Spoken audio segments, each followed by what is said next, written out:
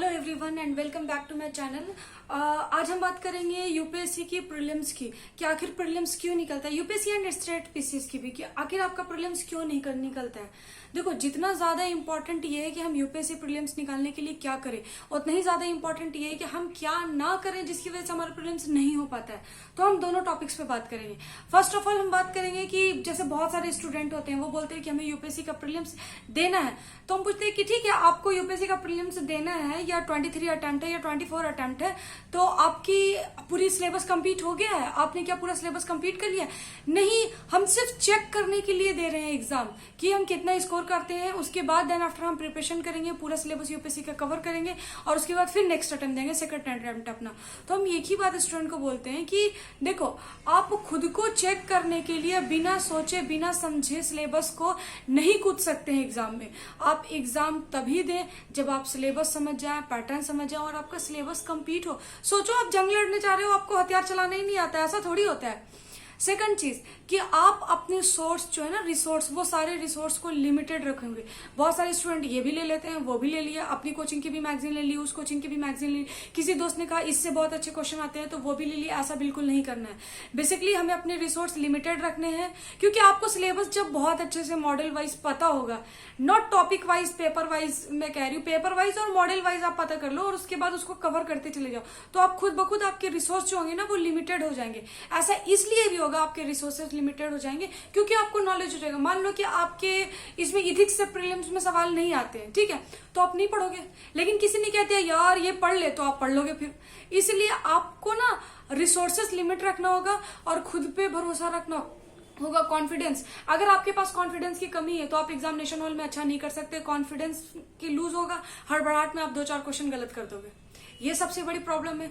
दूसरी चीज, कल ही एक स्टूडेंट मेरे पास आया था, 12th पास आउट है, अंडर ग्रेजुएट फर्स्ट ईयर में। उसने ये बोला कि मैम मुझे 3 इयर्स प्रिपरेशन करना है। मैंने बोला ठीक है, तो मुझे एडमिशन लेना सीसैट में। आई एम शॉक्ड, क्या सीसैट में? हाँ, सीसैट में क्यों? तो मैम सीसैट में बहुत सारे हिंदी मीडियम के स्टूडेंट फेल हो जाते हैं, इसलिए मुझे सीसैट की प्रिपरेशन करनी है। नहीं, ये बिल्कुल गलत है।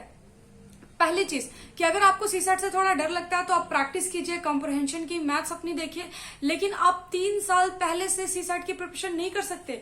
आपको इसके लिए पहले, आप अंडर ग्रेजुएट हो आप, तो पहले बेसिक आप अपना पढ़ लो, लाइक एनसीईआरटी वगैरह। अगर आपका ह्यूमैनिटीज पेपर नहीं रहा है, आप साइंस बैकग्राउंड के हुए हो, तो आप पहले वो बेसिक अपना ठीक करो। देन आफ्टर आपको इंस्टीट्यूट में ज्वाइन करते हो या सेल्फ स्टडी करते हो तो कॉन्सेप्चुअल चीजें आप पढ़ो।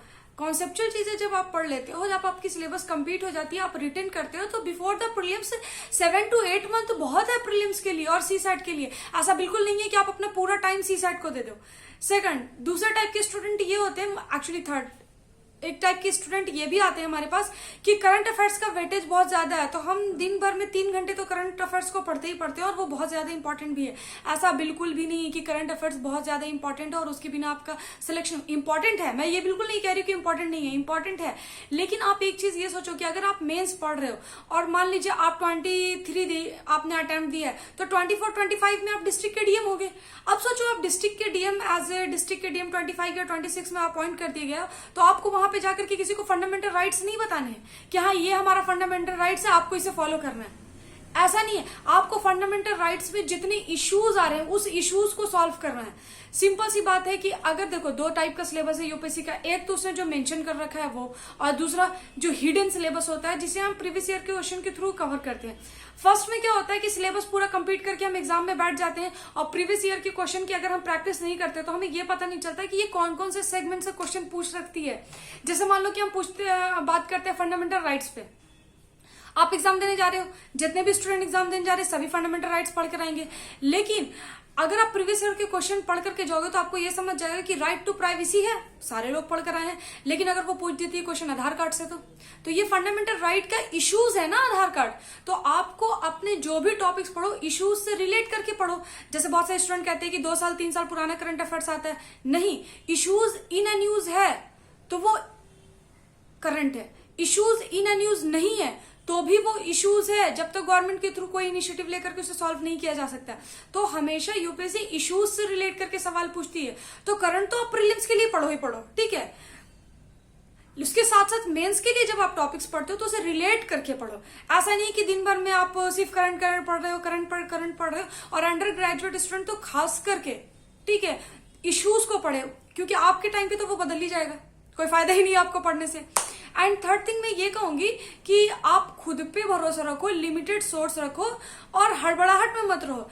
बहुत लोगों की गाइडेंस नहीं लेनी है, उनसे भी पूछ लिया, भैया से भी पूछ लिया, उन्होंने कुछ और बताया, उन्होंने कुछ और बताया, इस तरीके से आप गड़बड़ कर दोगे अपनी लाइफ में, ठीक है। तो रिसोर्सेज लिमिट करो, सिलेबस समझो, सिलेबस को पूरा पहले कवर करो, रिटन प्रैक्टिस करो। बिना मेंस की रिटन प्रैक्टिस किए हुए आपका सिलेक्शन नहीं होगा। अगर आपका मेंस कंप्लीट है देन आफ्टर आप प्रीलिम्स निकाल सकते हो, क्योंकि प्रीलिम्स के क्वेश्चन टफ नहीं होते, उसके ऑप्शन से स्टूडेंट छट जाते हैं, ऑप्शन से वो पकड़ नहीं पाते कि कौन सा आंसर होगा, कंफ्यूज आप ऑप्शन से होते हो। तो मेंस जब आपका बहुत अच्छे से कंप्लीट होगा, रिटन कंप्लीट होगा, ऑप्शन में आप नहीं गड़बड़ाओगे और आपका सिलेक्शन हो जाएगा।